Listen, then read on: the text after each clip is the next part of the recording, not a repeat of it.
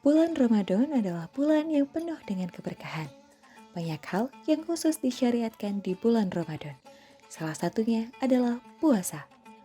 Puasa pada bulan Ramadan hukumnya adalah wajib. Allah berfirman yang artinya, "Hai orang-orang yang beriman, diwajibkan atas kamu berpuasa sebagaimana diwajibkan atas orang-orang sebelum kamu, agar kamu bertakwa." Quran Surat Al-Baqarah ayat 183.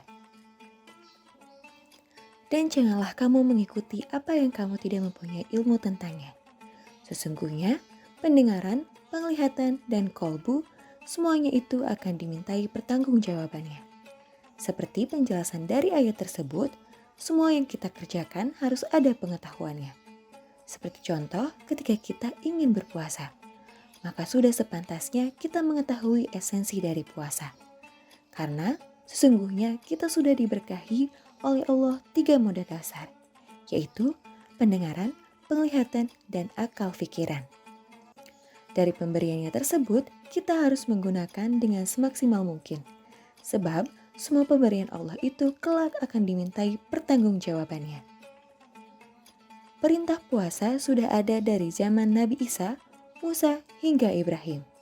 Apa pembuktiannya? Mari kita simak di beberapa ayat berikut ini. Pada Quran Surah Maryam ayat 16 yang artinya, "Maka makan, minum, dan bersenang hatilah engkau jika engkau melihat seseorang. Maka katakanlah, sesungguhnya aku telah bernazar berpuasa untuk Tuhan yang Maha Pengasih. Maka aku tidak akan berbicara dengan siapapun pada hari ini." Ayat tersebut diturunkan pada zaman Nabi Isa. Adapun dalam Quran Surah Al-Baqarah ayat 196 yang artinya, "Dan sempurnakanlah ibadah haji dan umroh karena Allah. Tetapi jika kamu terkepung oleh musuh, maka sembelihlah hadyu yang mudah didapat. Dan janganlah kamu mencukur kepalamu sebelum hadyu sampai di tempat penyembelihannya. Jika ada di antara kamu yang sakit atau ada gangguan di kepalanya, lalu ia bercukur, maka dia wajib berfidyah, yaitu berpuasa, bersedekah, atau berkurban. Apabila kamu dalam keadaan aman, maka barang siapa mengerjakan umroh sebelum haji, dia wajib menyembelih hadyu yang mudah didapat. Tetapi jika dia tidak mendapatkannya, maka dia wajib berpuasa 3 hari dalam musim haji dan 7 hari setelah kamu kembali. Itu seluruhnya 10 hari. Demikian itu bagi orang yang keluarganya tidak tinggal di Masjidil Haram. Bertakwalah kepada Allah dan ketahuilah bahwa Allah sangat keras hukumannya. Ayat tersebut memerintahkan umat muslim pada zaman Muhammad untuk menyempurnakan ibadah haji dan umrohnya. Karena sesungguhnya rumah ibadah pertama yang dibangun untuk manusia ialah Baitullah yang ada di Mekah, yang diberkahi dan menjadi petunjuk bagi seluruh alam. Di sana terdapat tanda-tanda yang jelas, di antaranya makam Ibrahim. Barang siapa memasuki Baitullah, amanlah dia. Dan di antara keajaiban manusia terhadap Allah adalah melaksanakan ibadah haji ke Baitullah, yaitu bagi orang-orang yang mampu mengadakan perjalanan ke sana. Barang siapa menginginkan kewajiban haji, maka ketahuilah bahwa Allah Maha Kaya, tidak memerlukan sesuatu dari seluruh alam. Quran Surah Al-Baqarah ayat 96-97. Dalam dua ayat tersebut menjelaskan proses ibadah haji dan umroh itu tidak dibawa oleh Rasulullah Muhammad SAW saja, tetapi juga dibawa oleh Rasul-Rasul sebelum Muhammad, seperti pada zaman Ibrahim. Lalu siapakah yang diwajibkan untuk berpuasa? Mari disimak ayat Allah berikut ini. "Wahai orang-orang yang beriman, diwajibkan atas kamu berpuasa, sebagaimana diwajibkan atas orang-orang agar kamu bertakwa." Al-Baqarah ayat 180. Perintah puasa bukan semata-mata hanya untuk orang muslim, melainkan kepada semua orang yang beriman. Dari ayat tersebut sudah selayaknya kita bertanya kepada diri kita sendiri, sudahkah kita beriman? Lalu sejak kapan kita bisa disebut sebagai orang beriman? Dan tidak seorang pun beriman kecuali dengan izin Allah. Dan Allah menimpakan azab kepada orang yang tidak menggunakan akalnya. Quran Surah Yunus ayat 100. Untuk menjalankan syariat iman itu harus melalui izin Allah. tidak ada makhluk di bumi ini yang hidup tanpa izin dari Sang Penciptanya. Iman bukanlah hal yang dengan mudahnya bisa diwariskan atau dikuasakan. Bahkan keberimanan seseorang pun juga tidak bisa dipaksakan. Hanya dengan izin Allah Subhanahu wa Ta'ala, manusia bisa menjadi orang yang beriman. Sebab Allah memberi petunjuk kepada siapa yang dikehendaki dan menyesatkan siapa yang Dia kehendaki. Manusia adalah makhluk yang berpikir. Allah selalu menyuruh orang-orang beriman untuk berpikir, merenung dan mengkaji segala yang ada di dalam kehidupan ini. Menjadi orang yang beriman adalah sesuatu yang tidak boleh dipaksakan apalagi diwariskan kepada siapapun. Karena iman itu anugerah Tuhan. Salah satu syariat untuk mendapatkan anugerahnya adalah dengan menggunakan akal. Sehingga untuk menjadi manusia beriman itu harus menggunakan akal, bukan karena warisan atau hanya perasaan yang subjektif. Dan jika kamu mengikuti kebanyakan orang di bumi, niscaya mereka akan menyesatkanmu dari jalan Allah. Sesungguhnya yang mereka ikuti itu tidak lain hanyalah prasangka belaka. Dan sesungguhnya mereka tidak lain hanyalah membuat kebohongan. Iman jika hanya mengikuti kebanyakan orang, tak lain hanyalah berlandaskan prasangka dan kebohongan semata. Yang mana justru menyesatkan kita dari jalan Allah. Karena jalan kebenaran sejati harus didasari dengan petunjuk dari kitab Allah. Dan jika Allah menghendaki, niscaya Dia akan menjadikan kamu satu umat. Tetapi Dia menyesatkan siapapun yang Dia kehendaki dan memberi petunjuk kepada siapa yang Dia kehendaki. Tetapi kamu pasti akan ditanya tentang apa yang telah kamu kerjakan. Quran Surah An-Nahl ayat 93. Melaksanakan sahur adalah salah satu adab dan akhlak dalam berpuasa. Hadis riwayat Imam Bukhari dan Muslim dari Anas, Rasulullah SAW bersabda, "Sahurlah kamu sekalian karena sahur itu mengandung keberkahan." Keberkahan yang dimaksud antara lain menyebabkan kekuatan dalam berpuasa, menguatkan motivasi dalam melaksanakan ibadah, juga mengandung pahala karena mengikuti sunnah Rasulullah SAW. Sesungguhnya, sahur memiliki 3 makna yang berkaitan satu dengan lainnya. Ketiganya itu mengandung kebaikan dan keberkahan. Pertama, sahur dalam pengertian makan dan makanan yang disajikan waktu sahur karena akan melaksanakan ibadah puasa pada esok harinya. Kedua, sahur dalam pengertian waktu yang sangat berharga dan bernilai tinggi dalam pandangan Allah dan Rasul-Nya. Waktu sahur adalah waktu turunnya rahmat, cinta, kasih sayang, dan ampunan dari Allah. Langit pun terbuka, tidak ada penghalang antara hamba yang berdoa dengan Allah, Zat yang Maha Pengasih, Maha Penyayang, dan Maha Pendengar. Dan jika kamu mengikuti kebanyakan orang di bumi, niscaya mereka akan menyesatkanmu dari jalan Allah. Sesungguhnya yang mereka ikuti itu tidak lain hanyalah prasangka belaka. Dan sesungguhnya mereka tidak lain hanyalah membuat kebohongan. Iman jika hanya mengikuti kebanyakan orang, tak lain hanyalah berlandaskan prasangka dan kebohongan semata. Yang mana justru menyesatkan kita dari jalan Allah. Karena jalan kebenaran sejati harus didasari dengan petunjuk dari kitab Allah.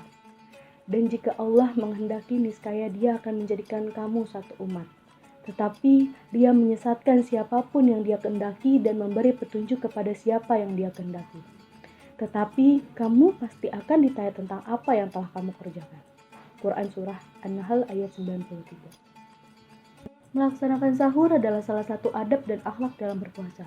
Hadis riwayat Imam Bukhari dan Muslim dari Anas, Rasulullah SAW bersabda, "Sahurlah kamu sekalian karena sahur itu mengandung keberkahan." Keberkahan yang dimaksud antara lain menyebabkan kekuatan dalam berpuasa, menguatkan motivasi dalam melaksanakan ibadah, juga mengandung pahala karena mengikuti sunnah Rasulullah SAW. Sesungguhnya, sahur memiliki 3 makna yang berkaitan satu dengan lainnya. Ketiganya itu mengandung kebaikan dan keberkahan. Pertama, sahur dalam pengertian makan dan makanan yang disajikan waktu sahur karena akan melaksanakan ibadah puasa pada esok harinya. Kedua, sahur dalam pengertian waktu yang sangat berharga dan bernilai tinggi dalam pandangan Allah dan Rasul-Nya. Waktu sahur adalah waktu turunnya rahmat, cinta, kasih sayang, dan ampunan dari Allah. Langit pun terbuka, tidak ada penghalang antara hamba yang berdoa dengan Allah, Zat yang Maha Pengasih, Maha Penyayang, dan Maha Pendengar. Ketiga, sahur dalam pengertian amal baik yang dilakukan pada waktu tersebut seperti berdoa dan istighfar. Kedua amalan ini sangat baik dilakukan pada waktu sahur. Sebagaimana telah dikemukakan dalam Quran Surah Ali Imran ayat 17, orang yang akan mendapatkan nikmat surga adalah orang-orang yang sabar, orang-orang yang jujur, orang-orang yang taat, orang yang menginfakkan hartanya, dan orang yang memohon ampun pada waktu sahur. Maka, gunakanlah waktu sahur sebaik-baiknya selain untuk makan, juga untuk melaksanakan ibadah-ibadah lainnya. Bulan Ramadan pun tiba. Pasar Ramadan pun ramai di mana-mana. Berbagai menu buka puasa tersedia di pasar takjil Ramadan. Mulai dari minuman segar yang dapat menghilangkan dahaga, sampai makanan berat dan takjil yang siap disantap. Salah satu tempat yang bisa dikunjungi adalah Bazar Ramadan. Ketiga, sahur dalam pengertian amal baik yang dilakukan pada waktu tersebut seperti berdoa dan istighfar. Kedua amalan ini sangat baik dilakukan pada waktu sahur. Sebagaimana telah dikemukakan dalam Quran Surah Ali Imran ayat 17, orang yang akan mendapatkan nikmat surga adalah orang-orang yang sabar, orang-orang yang jujur, orang-orang yang taat, orang yang menginfakkan hartanya, dan orang yang memohon ampun pada waktu sahur. Maka, gunakanlah waktu sahur sebaik-baiknya selain untuk makan, juga untuk melaksanakan ibadah-ibadah lainnya. Bulan Ramadan pun tiba. Pasar Ramadan pun ramai di mana-mana. Berbagai menu buka puasa tersedia di pasar takjil Ramadan. Mulai dari minuman segar yang dapat menghilangkan dahaga, sampai makanan berat dan takjil yang siap disantap. Salah satu tempat yang bisa dikunjungi adalah Bazar Ramadan. Kata tarawih adalah bentuk jamak dari kata tarwih yang berasal dari kata raha yang berarti mengambil istirahat. Sholat ini disebut sholat tarawih karena orang yang menjalankan sholat ini mengambil istirahat sejenak setelah selesai sholat sunnah ba'da isya 2 rakaat. Sholat tarawih terdiri dari 8 rakaat dan dibagi menjadi 4, masing-masing 2 rakaat. Kemudian dengan 3 rakaat sholat witir.